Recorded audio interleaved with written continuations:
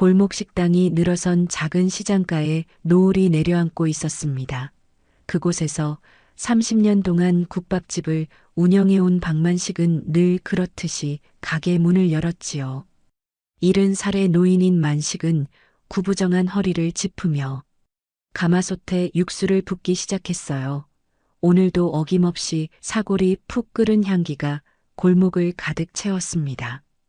하지만 최근 이 평화로운 시장은 불안에 휩싸여 있었죠. 백룡파라 불리는 조폭 조직이 상인들에게 보호비를 요구하며 장사를 방해하고 있었으니까요. 조폭 두목 장도진은 40대 후반의 험상궂은 인물로 이 지역을 장악하려 했습니다. 만식이 육수를 저으며 창밖을 바라보자 검은 양복을 입은 남자들이 옆가게 주인에게 뭔가를 강요하는 모습이 보였어요. 그 주인은 고개를 숙인 채 벌벌 떨고 있었지요. 만식은 그저 묵묵히 국밥을 끓이며 지켜볼 뿐이었습니다. 팔순의 김할머니가 떨리는 손으로 만식의 가게 문을 열었어요. 얼굴이 창백했습니다. 김할머니는 무거운 숨을 내쉬며 말했지요. 만식 씨 오늘도 왔어요. 이번엔 매출의 절반을 내놓으래. 만식은 담담하게 김할머니 앞에 국밥 한 그릇을 내려놓았습니다.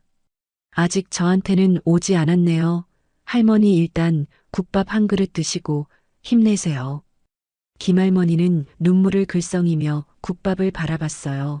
어떻게 이런 상황에서도 그렇게 태어날 수 있냐고 물었죠. 만식은 그저 웃음으로 답했습니다. 60년을 살다 보니 이런 일도 겪어봤다오. 세상 일이 다 그렇지 뭐. 하지만 만식의 눈빛 깊은 곳에는 뭔가 다른 기색이 감돌고 있었어요. 무언가를 결심한 듯한 단단함이 느껴졌지요. 그는 창밖으로 백룡파 패거리들이 지나가는 모습을 지켜보며 국자를 꽉 쥐었습니다. 마치 오래전 다뤄봤던 무언가를 떠올리는 듯 했어요. 저녁이 깊어가며 시장은 조용해졌지만 만식의 마음속에는 오랫동안 묻어두었던 무언가가 꿈틀거리기 시작했습니다. 그는 천천히 가게 문을 닫으며 깊은 한숨을 내쉬었어요. 내일은 어떤 일이 벌어질지 아무도 모르는 상황이었죠. 다음 날 아침 백룡파 부하들이 시장을 돌아다니며 협박 수위를 높였습니다. 처음에는 매출의 일부를 요구하더니 이제는 아예 장사를 접으라고 압박했어요. 상인들 사이에 긴장감이 감돌았지요. 대부분의 상인들은 겁에 질려가게 문을 열지 못했습니다. 만식은 평소와 다름없이 새벽 5시에 일어나 국밥집 준비를 시작했어요. 사골을 푹 고아 육수를 만들고 양념을 조미했죠. 그의 손놀림에는 30년의 세월이 묻어 있었습니다. 육수에서 올라오는 하얀 김이 창문을 뿌옇게 만들었어요. 8시쯤 되자 검은 양복을 입은 3명의 남자가 만식의 가게로 들어왔습니다. 그중 가장 덩치가 큰 남자가 앞으로 나서며 테이블을 주먹으로 내리쳤어요. 여기도 이제 접어야 할 때가 됐다. 할아버지, 다른 가게들도 다 문 닫는데 여기만 버틴다고 달라질 거 없어. 만식은 태연하게 국밥을 푸면서 말했지요. 배고프면 국밥 한 그릇 먹고 가게나. 젊은이 힘도 있어 보이는데 왜 이런 짓을 하나? 덩치 큰 남자는 비웃으며 만식 앞에 있던 그릇을 팔로 쓸어버렸습니다. 그릇이 바닥에 떨어져 깨지는 소리가 가게 안을 울렸어요. 늙은이가 무슨 돈이 있다고 버티냐. 오늘 안에 가게 비우지 않으면 다음에는 그릇만 깨지는 게 아닐 거다. 다른 2명의 남자도 가게 안을 둘러보며 위협적인 눈빛을 보냈지요. 그중 한 명이 만식의 어깨에 손을 얹었습니다. 그 순간이었어요. 아무도 예상하지 못한 일이 벌어졌습니다. 만식의 손이 번개처럼 빠르게 움직였어요. 어깨에 손을 얹은 남자의 손목을 잡아채더니 순식간에 그를 바닥에 내동댕이 쳤지요. 남자는 뭐가 어떻게 된 건지도 모른 채 바닥에 쓰러졌습니다. 덩치 큰 남자가 놀라서 뒤로 물러섰어요. 만식은 여전히 담담한 표정이었지요. 그저 깨진 그릇의 파편을 조용히 치우기 시작했습니다. 이 일을 마이크면 괜찮다. 지금은 가보게나 다음에는 국밥값이라도 내고 먹으러 오게. 세 남자는 당황한 표정으로 서로를 바라보다가 황급히 가게를 빠져나갔어요. 만식은 깨진 그릇을 정리하며 깊은 숨을 내쉬었습니다. 오랜만에 몸을 움직였더니 어깨가 조금 결리는 듯 했지요. 하지만 그의 눈빛은 이전과 달리 더욱 날카로워져 있었어요. 마치 오래전의 자신을 다시 불러내는 듯 했습니다. 이제 돌이킬 수 없는 일이 시작되었어요. 백룡파와 노인 사이의 대결이 본격적으로 펼쳐지려 하고 있었죠. 해가 저물자 시장 골목은 어둠에 휩싸였습니다. 백룡파 부하들이 만식에게 당한 일이 두목 장도진의 귀에 들어갔어요. 장도진은 넓은 사무실에서 창밖을 바라보며 담배를 피웠죠. 그의 얼굴은 분노로 일그러져 있었습니다. 감히 내 사람에게 손을 대다니 그냥 늙은이가 반항하는 거다 본때를 보여줘라. 장도진의 명령에 따라 그날 밤 10명의 조폭들이 만식의 가게로 몰려갔어요. 그들은 야구방망이와 쇠파이프를 들고 있었지요. 밤 10시가 막 지난 시간 국밥집은 이미 문을 닫은 상태였습니다. 조폭들은 셔터를 강제로 열고 가게 안으로 들어갔어요. 어둠 속에서 가게 내부를 둘러보던 그들은 만식을 찾기 시작했지요. 주방에서 불빛이 새어나왔습니다. 그들이 주방 문을 박차고 들어가려는 순간이었어요. 어둠 속에서 발소리가 들려왔습니다. 조폭들이 놀라 뒤를 돌아보았지만 아무것도 보이지 않았어요. 갑자기 한 명이 비명을 지르며 쓰러졌지요. 다른 조폭들이 당황해 주위를 둘러보는 사이 또 한 명이 소리 없이 쓰러졌습니다. 뭐야, 뭐가 어떻게 된 거야? 내가 너희를 처리하는 중이다. 어둠 속에서 만식의 목소리가 들려왔어요. 그때 누군가가 불을 켰지요. 만식은 가벼운 면티와 트레이닝복 차림으로 주방 입구에 서 있었습니다. 그의 눈빛은 이전에 나이든 국밥집 사장이 아니었어요. 날카로운 매의 눈빛 같았지요. 조폭들이 일제히 만식에게 달려들었습니다. 하지만 만식의 움직임은 예상과 달리 놀라울 정도로 빨랐어요. 그는 마치 물 흐르듯 자연스럽게 공격을 피해냈지요. 첫 번째 조폭의 야구 방망이를 가볍게 비켜선 다음 정확한 손동작으로 그의 팔을 꺾었습니다. 비명과 함께 야구 방망이가 바닥에 떨어졌어요. 두 번째 조폭이 쇠파이프를 휘두르자 만식은 몸을 숙여 공격을 피한 후 정확한 발차기로 그의 무릎을 가격했지요. 쇠파이프를 든 조폭은 무릎을 잡고 쓰러졌습니다. 만식은 가볍게 몸을 풀며 말했어요. 내가 국밥만 30년 끓인 게 아니다. 예전엔 사람도 조졌었지. 남은 조폭들은 공포에 질려 물러섰지만 이미 늦었죠. 만식의 움직임은 점점 더 빨라졌습니다. 70세의 나이가 무색할 정도로 그의 동작은 정확하고 치명적이었어요. 몇 분 만에 10명의 조폭들이 모두 바닥에 널브러져 있었지요. 만식은 흐트러진 옷매무새를 가다듬으며 주방으로 돌아갔습니다. 그는 조용히 국자를 들어 육수를 한 번 떠 맛을 보았어요. 여전히 국밥 맛은 일품이었죠. 그의 입가에 미소가 번졌습니다. 다음 날 아침 시장은 이상한 분위기에 휩싸였습니다. 만식의 국밥집 앞에 경찰차가 2대 세워져 있었어요.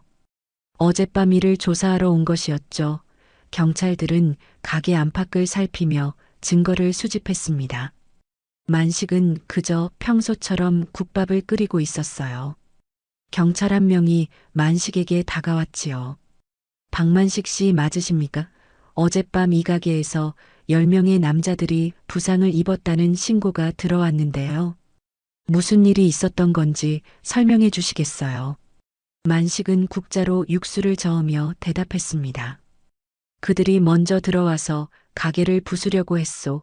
나는 그저 정당방위를 했을 뿐이요. 경찰은 의심스러운 눈빛으로 만식을 바라보았어요. 70살 노인이 어떻게 젊은 남자 10명을 제압할 수 있었는지 납득하기 어려웠던 것이죠. 하지만 조폭들이 먼저 침입한 것은 분명한 사실이었습니다. 한편 백룡파 사무실에서는 장도진이 분노에 차 책상을 내리치고 있었어요. 부하들이 한 노인에게 제압당했다는 소식에 믿기지 않았던 것이죠. 그는 옆에 있던 측근에게 물었습니다. 그 늙은이가 도대체 누구야? 어떻게 우리 애들을 모두 병원에 보낼 수 있지? 측근은 조심스럽게 대답했어요. 알아봤습니다. 그는 박만식이라고 하는데 30년 전까지만 해도 707특임대 교관이었다고 합니다. 대테러 작전과 근접 전투의 전문가였지요. 이 말을 들은 장도진의 얼굴이 창백해졌습니다. 707특임대는 대한민국 특수부대 중에서도 최정예 부대였고 그 중에서도 교관이라면 실력자 중에 실력자였기 때문이었어요. 하지만 곧 그의 표정이 다시 단단해졌죠.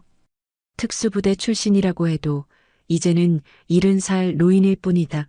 내가 직접 나서야겠어. 그날 오후 시장 상인들 사이에서는 소문이 파다하게 퍼졌습니다. 만식이 전직 특수부대 교관이라는 이야기였어요. 상인들은 놀라움과 경외심을 담은 눈빛으로 만식의 국밥집을 바라보았죠. 용감히 조폭에 맞선 그를 존경하는 눈치였습니다. 만식의 국밥집 안은 평소보다 손님이 많았어요. 호기심에 찾아온 이들이 대부분이었지요.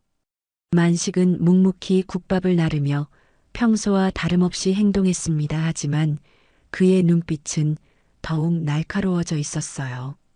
마치 전장에서 경계를 늦추지 않는 군인 같았죠. 오후 3시 국밥집 문이 열리고 장도진이 부하 2명을 데리고 들어왔습니다. 가게 안이 순식간에 조용해졌어요. 손님들은 긴장된 표정으로 그들을 바라보았죠. 장도진은 천천히 만식에게 다가갔습니다. 드디어 만났군요. 707 교관 출신이라고 들었습니다만 이제는 그저 국밥이나 파는 늙은이 아닙니까? 만식은 국자를 내려놓고 장도진을 바라보았습니다. 그의 눈빛은 담담했지만 그 안에 숨겨진 강인함은 누구도 무시할 수 없었어요. 주방에서 나와 장도진 앞에 선 만식은 생각보다 키가 작았지만 그 존재감은 결코 작지 않았죠. 나이값 좀 하시죠. 할아버지, 이런 싸움은 젊은이들에게 맡기고 조용히 가게나 넘기시지. 장도진의 조롱 섞인 말에 가게 안의 공기가 더욱 팽팽해졌습니다. 손님들은 하나둘 자리를 떠났어요. 위험한 상황을 감지한 것이었지요. 하지만 만식은 여전히 태연했습니다. 그는 오히려 국밥 한 그릇을 떠서 장도진 앞에 내려놓았어요. 배고프면 국밥 한 그릇하고 갈래. 근데 이젠 내 놈들한테 팔 생각이 없구나. 장도진은 분노에 차 테이블을 걷어찼습니다. 국밥 그릇이 바닥에 떨어져 깨지고 뜨거운 국물이 사방으로 튀었어요. 그의 부하들도 위협적인 자세를 취했지요. 오늘 당신을 끝장내러 왔소. 특수부대 출신이든 뭐든 이제는 한물간 늙은이일 뿐이요. 장도진이 주머니에서 접이식 칼을 꺼내 들었습니다. 날카로운 칼날이 형광등 불빛에 반짝였어요. 만식은 한 걸음도 물러서지 않았지요. 오히려 가볍게 목을 좌우로 돌려 풀며 준비 자세를 취했습니다. 15년 전에 은퇴했지만 몸이 기억하는 건 쉽게 잊히지 않는 법이지. 만식의 말이 채 끝나기도 전에 장도진이 칼을 휘두르며 달려들었습니다. 날카로운 칼날이 만식의 얼굴을 향해 날아들었어요. 그러나 만식의 반응은 놀라울 정도로 빨랐지요. 그는 몸을 살짝 틀어 공격을 피한 후 장도진의 팔목을 정확히 붙잡았습니다. 순간 만식의 손가락에 힘이 들어갔어요. 장도진의 팔이 경직되며 칼을 쥔 손이 떨리기 시작했죠. 그의 얼굴이 고통으로 일그러졌습니다. 만식은 장도진의 귀에 대고 속삭였어요. 젊은 시절에 나는 사람의 신체 어디를 누르면 어떤 반응이 나오는지 연구했다네. 지금 내 손가락이 누르는 곳은 자네의 신경이 모이는 지점이야. 조금만 더 힘을 주면 팔 전체가 마비될 거야. 장도진의 얼굴이 창백해졌습니다. 그는 칼을 떨어뜨리고 비틀거리며 뒤로 물러섰어요. 부하들이 달려들려 했지만 만식은 이미 장도진의 등 뒤로 돌아가 있었죠. 만식의 손이 장도진의 어깨를 강하게 누르자 장도진은 무릎을 꿇고 말았습니다. 몸의 압박점을 정확히 알고 있는 만식의 기술은 완벽했어요. 그는 장도진을 제압한 채 부하들을 날카롭게 바라보았죠. 부하들은 겁에 질려 더 이상 다가오지 못했습니다. 만식은 장도진의 귀에 다시 속삭였어요. 더 이상 이 시장에 얼씬거리지 마라. 다음에는 단순히 제압하는 선에서 끝내지 않을 거다. 장도진의 눈빛이 변했습니다. 그의 표정에는 분노와 함께 공포가 섞여 있었어요. 특수부대 출신 노인의 실력을 실감한 순간이었지요. 하지만 그는 쉽게 물러서지 않았습니다. 갑자기 몸을 비틀어 만식의 소나기에서 벗어났어요. 이 늙은이 생각보다 힘이 좋구나. 하지만 내가 지금까지 이 바닥에서 살아남은 건 운이 아니야. 장도진이 재빨리 일어나 주머니에서 작은 권총을 꺼냈습니다.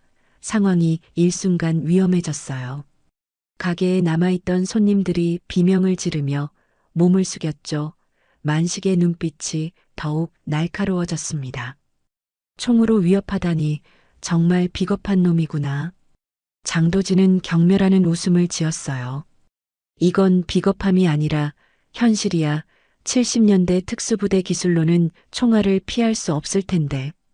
그 순간 주방에서 무언가가 날아와 장도진의 손을 강타했습니다. 권총이 바닥에 떨어졌어요. 날아온 것은 다름 아닌 국자였죠. 만식이 던진 국자가 정확히 장도진의 손목 신경을 쳤던 것입니다. 이제 다시 공평해졌군. 젊은이. 만식이 말을 마치기도 전에 장도진이 달려들었습니다. 그의 주먹이 만식의 얼굴을 향해 날아들었어요. 하지만 만식은 가볍게 고개를 틀어 공격을 피했죠. 장도진의 공격은 계속되었습니다. 주먹과 발차기가 연달아 날아들었어요. 그러나 만식은 마치 물 흐르듯 자연스럽게 모든 공격을 피해냈습니다. 장도진의 숨소리가 거칠어졌지요. 반면 만식은 여전히 평온했습니다. 그는 장도진의 공격을 피하며 천천히 그의 약점을 찾고 있었어요. 707 특임대 교관 시절 그가 가르쳤던 전투 기술이 몸에서 되살아났죠. 장도진이 지쳐가고 있었습니다. 그의 움직임이 점점 느려졌어요. 만식은 그 순간을 놓치지 않았죠. 장도진이 다시 한번 주먹을 날리자 만식은 손목을 잡아 비틀었습니다. 장도진의 몸이 공중으로 솟구쳤어요. 그리고 요란한 소리와 함께 바닥에 내동댕이 쳐졌지요. 만식의 동작은 완벽했습니다. 몸무게와 지렛대의 원리를 이용한 유도 기술이었어요. 장도진은 등을 바닥에 부딪혀 신음했죠. 만식은 그의 목에 발을 가볍게 올렸습니다. 이제 더 싸울 생각이 있나 아니면 이 골목에서 사라질 생각인가. 장도진의 부하들이 상황을 지켜보다 도망치기 시작했습니다. 두목이 완전히 제압된 것을 보고 겁을 먹은 것이었어요. 장도진은 분노와 굴욕감에 차 만식을 노려보았죠. 하지만 더 이상 싸울 힘이 남아있지 않았습니다. 만식은 발을 떼고 물러섰어요. 그의 얼굴에는 승리의 기쁨이 아닌 피로감이 가득했죠. 70세의 몸으로 전투를 치르는 것은 쉬운 일이 아니었기 때문입니다. 그는 깊은 숨을 내쉬었어요. 그때 가게 밖에서 경찰차 사이렌 소리가 들려왔습니다. 누군가 신고를 한 모양이었어요. 장도진은 바닥에 떨어진 총을 향해 손을 뻗었지만 만식이 먼저 발로 총을 멀리 밀어냈죠.